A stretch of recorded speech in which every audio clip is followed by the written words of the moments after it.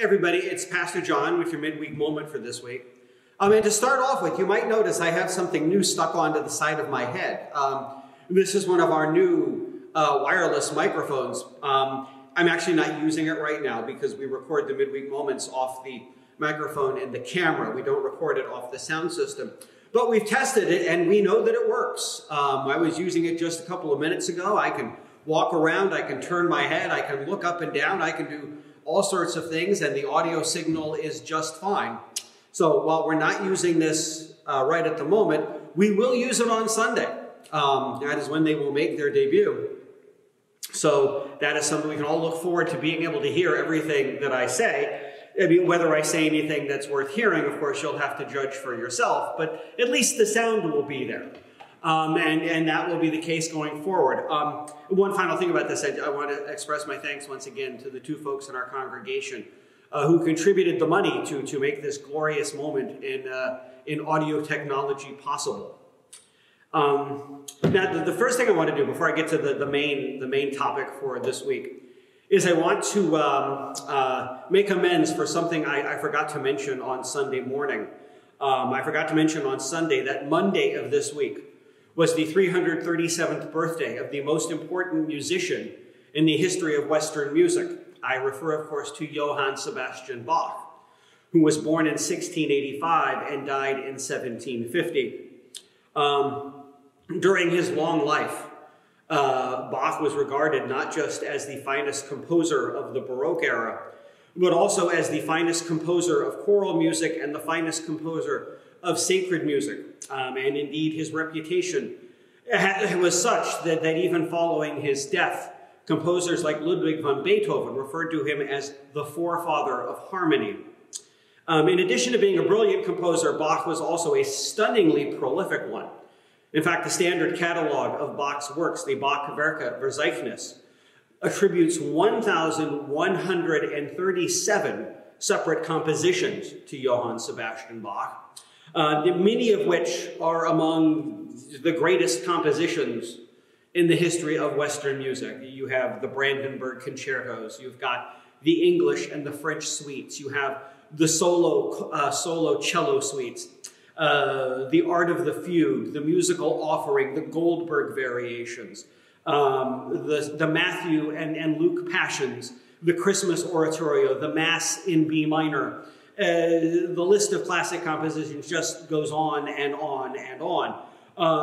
In fact, Bach's influence on music is still felt today. There are actually a number of hymns in our hymnal whose harmonizations have been taken from compositions by Johann Sebastian Bach.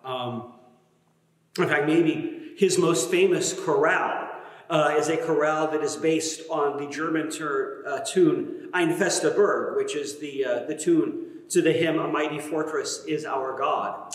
So given the Bach's enormous standing, not just in music, but particularly in sacred music and choral music, I was remiss not to mention him on Sunday, so I have done so now.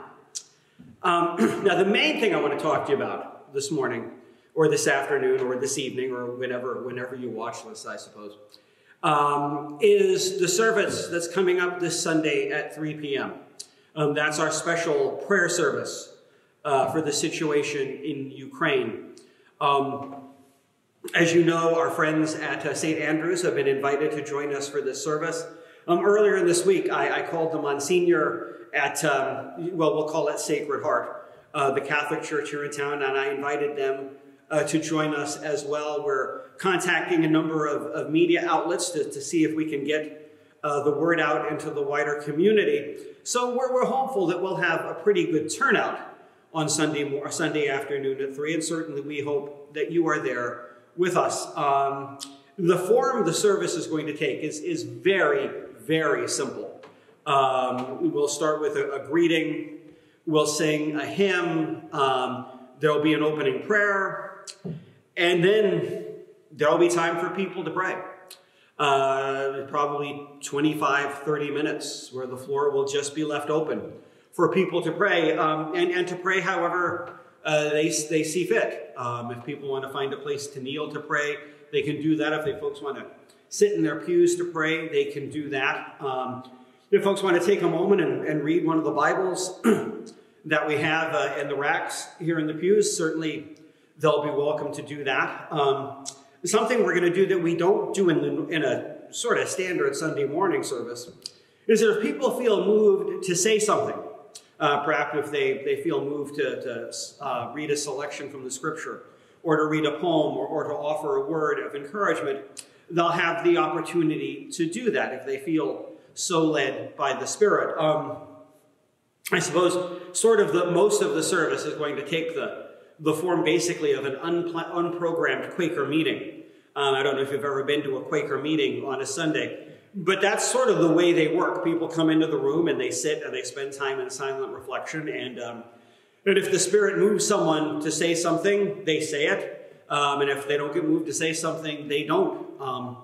So we'll have an extended period in the service for that, times when people can pray about the situation in Ukraine, the situations anywhere in the world, situations in our country, whatever they feel moved to pray about. And then the service will conclude with a concluding prayer, another song, and a benediction. And then following the benediction, our friends at St. Andrew's have been kind enough to offer to host a reception here in our parish house in Culbertson Hall.